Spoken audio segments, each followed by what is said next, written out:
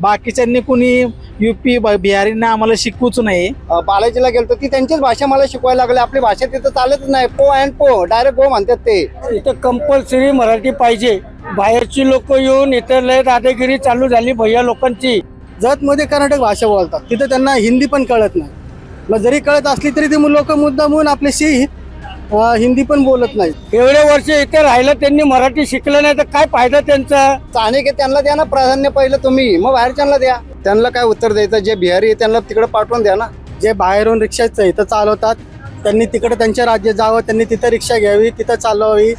आपण ज्या राज्यामध्ये राहतो तिथल्या भाषेचा आपल्याला नक्कीच अभिमान असतो. मात्र ज्या राज्यामध्ये आपण काम करतो तिथल्या भाषेचा देखील आपल्याला आदर पाहिजे. याचकरिता आता 1 मे म्हणजेच महाराष्ट्र दिनापासून महाराष्ट्रामध्ये जे रिक्षा चालक आहेत, टॅक्सी चालक आहेत, त्यांच्याकरिता परिवहन मंत्री प्रताप सरनाईक यांच्याकडून एक नियम काढण्यात आलेला आहे. खरं तर जे रिक्षा चालक, टॅक्सी चालक आहेत त्यांना मराठी लिहिता वाचता येत नसेल तर त्यांचे परवाने रद्द करण्यात येतील, त्यांच्यावरती कारवाई करण्यात येईल असे त्यांच्याकडून सांगण्यात आलेलं आहे. याच विषयावरती आता पुण्यातील रिक्षा चालकांना काय वाटतंय जाणून घेऊयात आपण या व्हिडिओच्या माध्यमातून. इथं कंपल्सरी मराठी पाहिजे.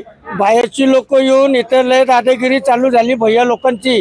ज्यांना मराठी येत नाही त्यांनी इथे भाड्यामध्ये डबल भाडे घेऊन जातात.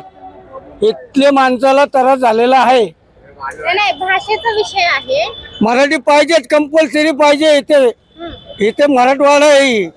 एवढे वर्ष इथे राहिलं त्यांनी मराठी शिकलं नाही तर काय फायदा त्यांचा. आपण बाहेर गेलं तर त्यांची भाषा बोलावं लागते आपल्याला. इथे आहे तर इथे मराठी बोलावं लागणार, कंपल्सरी बोलावं लागणार आहे. इथं कोण पण असो, कुठल्या पण धर्माचा असो, कंपल्सरी मराठी पाहिजे. काय शिकायची गरज आहे का? एवढे वर्ष झाले इथे राहतात, शिकला नाही म्हणल्यावर काय फायदा त्यांचा? काय फायदा आहे का? हा, आम्ही मराठ्यांच्या संघट आहे. जे सरकार करेल ते बरोबर करते. कंपल्सरी मराठी पाहिजे. सरकारच्या बद्दल आम्हाला काय वाद नाही. इथले जे बाहेरचे लोक आले यांच्याबद्दल आम्हाला लय वाद आहे. इथं तुम्ही सर्वे करा, इथली जेवढी बी दुकानी आहे सगळी बाहेरची लोक, इथलं मराठा कोणी आहे नाही. काय सांगाल सरकारने तो निर्णय घेतला? योग्य निर्णय घेतलेला आहे तो. बिहारी लोकांना बाहेरच्या तिकडंच पाहिजे, जायला पाहिजे. मराठी माणसांचाच अधिकार राहिला पाहिजे महाराष्ट्रावर. मराठी ही आपली मातृभाषा आहे, त्याला योग्य ते प्राधान्य दिलंच पाहिजे. काही लोकांकडून असं म्हणण्यात येते की जर आम्ही रिक्षा चालवणं सोडलं तर मुंबई पुणे बंद पडेल. पुणेकर आहे आम्ही. आमची ही महाराष्ट्र भाषा आहे. ही पुणेकरांची पार मुंबईपर्यंत दाखवून, अख्ख्या महाराष्ट्रामध्ये पण दाखवा. म्हणून पुणे हा विकासाच्या आघाडीने चांगलीच निर्णय आहे की फक्त मराठी लोकांनाच निर्णयाचं लायसन द्यावं, म्हणजे लायसन वगैरे द्यावं. त्यांना काय उत्तर द्यायचं का? त्यांना काय उत्तर द्यायचं? जे बिहारी आहे त्यांना तिकडे पाठवून द्या ना. काही हिंदी भाषिक लोक म्हणतात की जर हा निर्णय आला तर बाकीचे जे हिंदी लोक आहेत त्यांचा संसार मात्र उघड्यावर येईल. याबाबत काय वाटतं तुम्हाला? त्यांचा संसार कशाने उघड्याने येईल? ते इथं कमवायला आलेले आहेत. आपण थोडी त्यांच्याकडे गेलो कमवायला. नाही, जर त्यांचं बॅच किंवा त्यांचं जे लायसन आहे ते जर रद्द झालं तर दुसऱ्या माणसाला द्या ना. एखाद्या ज्याला गरजू आहे त्याला देऊन टाका त्याचं लायसन वगैरे रद्द करून. या ऑटोच्या या व्यवसायामध्ये मोठ्या प्रमाणात आहेत. मग याचा परिणाम त्यांच्यावर होईल ना, युवकांवरती पण होईल. काय वाटतं त्याबाबत तुम्हाला?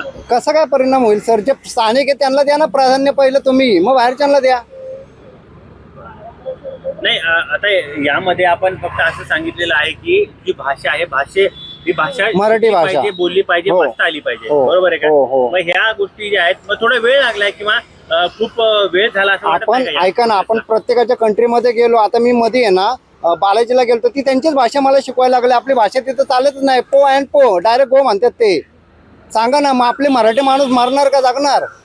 आपला काहीतरी अभिमान पाहिजे ना मराठी भाषेचा. हा निर्णय घ्यायला सरकारला वेळ लागला असं वाटतं का तुम्हाला? लय वेळ लागलेला आहे. काय वाटतंय जो निर्णय घेण्यात आलाय रिक्षा चालकांबद्दल? काय वाटतंय, मराठी भाषा आलीच पाहिजे? हो, मराठी येणं साहजिकच आहे आणि आलीच पाहिजे. ज्यांना मराठी येत नसेल त्यांनी शिकून घ्यावी, पण मराठी भाषा ही बोललीच पाहिजे. त्याचा कुठेतरी परिणाम होईल वाटतंय का? कारण अनेक रिक्षा चालक म्हणतात की जर आम्ही रिक्षा चालवणं सोडून दिलं, म्हणजे बाहेरून आलेलं, तर मुंबई पुणे बंद पडेल. नाही, कुठेही काही परिणाम होणार नाही. जे बाहेरून रिक्षाचं इथं चालवतात त्यांनी तिकडे त्यांच्या राज्यात जावं, त्यांनी तिथं रिक्षा घ्यावी, तिथं चालवावी. इथं जे काही बेरोजगार असतील ते रिक्षा परमिट घेतील, ते रिक्षा चालवतील. परिणाम काहीही होणार नाही. निर्णयाचा परिणाम होणार नाही वाटतं? अजिबात नाही, काही परिणाम होणार. म्हणजे मराठी आलीच पाहिजे हे 100%. पण जे आता जे असे म्हणतात की आम्ही जर रिक्षा चालवणं सोडलं तर मग हे जे पुणे मुंबई जे आहे धावतं ते बंद होईल, याचा कशावरही काही परिणाम होणार नाही. रिक्षा जी आहे ती चालणारच आहे आणि बाकी मुंबई पुणे जे चालती ते ट्रेन आहेत, ST आहेत, म्हणजे खूप सारे हे आहेत. अनेक मोठी संख्या आहे त्यांची चालवणाऱ्यांची बाहेरच्या. हा, मग त्यांनी त्यांच्या राज्यात जावं. तुम्ही तिथं रिक्षा घ्या, तिथं परमिट घ्या, तिथं चालवा. मग इथं जे आहेत अजून जे काही ज्यांना कामं नाहीत, ज्यांना शिक्षणामुळे काही मग खूप बेरोजगार आहेत, ते रिक्षा परमिट घेतील, ते चालवतील. म्हणजे जे प्रवासी आहेत त्यांना त्यांच्यावर परिणाम होणार नाही. काय प्रवाशांवरती संबंधच नाही परिणाम होण्याचा. कारण मराठी माणूस तेवढा सजग आहे रिक्षा चालवणारा. जसा पॅसेंजर असेल तसं त्याच्या संगत ते बोलतात. माणूस जर दुसऱ्या ह्याच्यातला असेल, रिक्षा कमी होतील ना चालवायच्या? नाही होत मॅडम रिक्षा कमी. कसे होतील रिक्षा कमी? रिक्षा आज माझा भाऊ, समजा माझा भाऊ बेरोजगार आहे, मी रिक्षा चालक आहे, माझा भाऊ बेरोजगार आहे. जर मग मी माझ्या भावाला परमिट घेऊन जाणार, तो स्वतः रिक्षा चालवणार. आज रोजगाराची संधी मिळेल. उलट स्वतःचा धंदा माणूस करेल, मराठी माणूस हा स्वतःचा धंदा करेल, इतर कुठं काम करण्यापेक्षा ते चांगलं आहे. मराठी भाषेसाठी कसं आहे निर्णय म्हणजे मराठी भाषा हीच बोललीच पाहिजे मॅडम. कारण आज मी परमिट गाडी चालवतो, मी इतर राज्यांमध्ये फिरतो. गुजरात झालं, राजस्थान झालं, कर्नाटक बाँड्री आता इथून आपण जतपर्यंत गेलो ना, जत क्रॉस केलं कर्नाटक, म्हणजे जतमध्ये कर्नाटक भाषा बोलतात. तिथं त्यांना हिंदी पण कळत नाही. मग जरी कळत असली तरी ते लोक मुद्दामून आपल्याशी हिंदी पण बोलत नाहीत, त्यांचीच भाषा बोलतात. तिथला कोणतरी आपल्याला एखादा चांगला सजग माणूस, ज्याला माणूस की असं आपल्याला तिथं माणूस शोधावा लागतो. कोण असं जो समाजसेवक असेल, मदत करणारा असेल, असं माझ्या संगत झालेलं आहे, म्हणून मी सांगतो. प्रताप सरनाईक यांनी एक निर्णय सांगितले की 1 मे पासून आता रिक्षा चालकांना मराठी येणं अनिवार्य आहे, म्हणजे परमिट देणार. काय वाटतं याला? बघा, महाराष्ट्रात आपण राहतोय तर प्रत्येक राज्यात आपापली बोली भाषा ही बोलली जाते. मग तो बाहेरचा माणूस जर इथं कमवतोय तर त्यालाही इथनं बोलणं हे खरंच गरजेचं आहे. त्याचा मला काही विरोध नाही आहे. आपण जेव्हा दुसऱ्याच्या एखाद्या राज्यात जातो तर तिथली भाषात आपल्याला बोलावं लागतं. हिंदीत म्हणजे दिल्लीला वगैरे गेलं किंवा आपण महाराष्ट्र सोडला तर हिंदीत कमीत कमी तर बोलावंच लागतंय. पण आपल्या इथं मराठीच बोलली पाहिजे. रिक्षा चालक म्हणजे समजा, आणि दुसरा एक विषय असा आहे, म्हणजे सरनाईकांनी आपण लक्षात घ्यावा, जर बाहेरचा माणूस जेव्हा परराज्यातला येणार आहे तर तो मराठीत कसं काय बोलू शकतो? त्याला हिंदीतच बोलावं लागणार आहे. तर ह्याचं पण एक सूचना आहे त्यांना.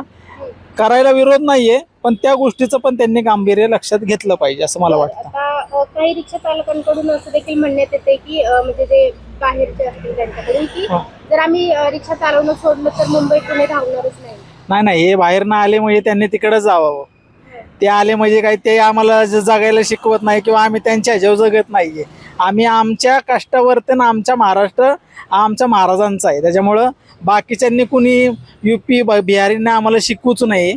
आम्ही आमचा महाराष्ट्र आम्हाला कसा ठेवायचा आहे आम्ही नक्कीच विचार करू. त्याचा परिणाम होईल? काही परिणाम होणार नाही. उलट ते तिकडे राज्यात गेले, त्यांच्या त्या UPचे जे आहेत ते कोण त्यांचे मुख्यमंत्री, त्या मुख्यमंत्र्यांकडे त्यांनी त्यांचं डेव्हलप करावं आणि त्यांना रोजगार द्यावा. इथं आम्ही आमची मुंबई बी चालू आणि पुणेही चालू, पूर्ण महाराष्ट्र आम्ही आमचा सांभाळू. एवढी मराठी माणसाच्या अंगामध्ये नक्कीच ताकद आहे. तर एकूणच आपण पाहिलं तर परिवहन मंत्री प्रताप सरनाईक यांच्या नवीन नियमावरती आपण रिक्षा चालकांच्या प्रतिक्रिया घेतलेल्या आहेत. अनेकांकडून असं सांगण्यात आलेलं आहे की आपण जर महाराष्ट्रात राहतो, इतक्या वर्षांपासून जर इथे काम करतोय, तर मराठी भाषा येणं हे गरजेचंच आहे आणि तिथली भाषा जर येत नसेल तर त्यांना इथून हाकलून दिलं पाहिजे. त्याचसोबत त्यांनी मराठी शिकण्याचा देखील प्रयत्न केला पाहिजे असं देखील काही रिक्षा चालकांकडून सांगण्यात येत आहे. त्यांना मराठी शिकण्यासाठी वेळ दिला पाहिजे अशी देखील त्यांच्याकडून मागणी करण्यात येत आहे. मात्र आता 1 मे पासून हा निर्णय लागू होणार आहे आणि त्यानंतर पुढे सरकारकडून काय करण्यात येते, कशा पद्धतीने कारवाई करण्यात येते हे पाहावं लागणार आहे. पुण्याहून स्नेहल लिंगरे, महाराष्ट्र टाइम्स ऑनलाईन.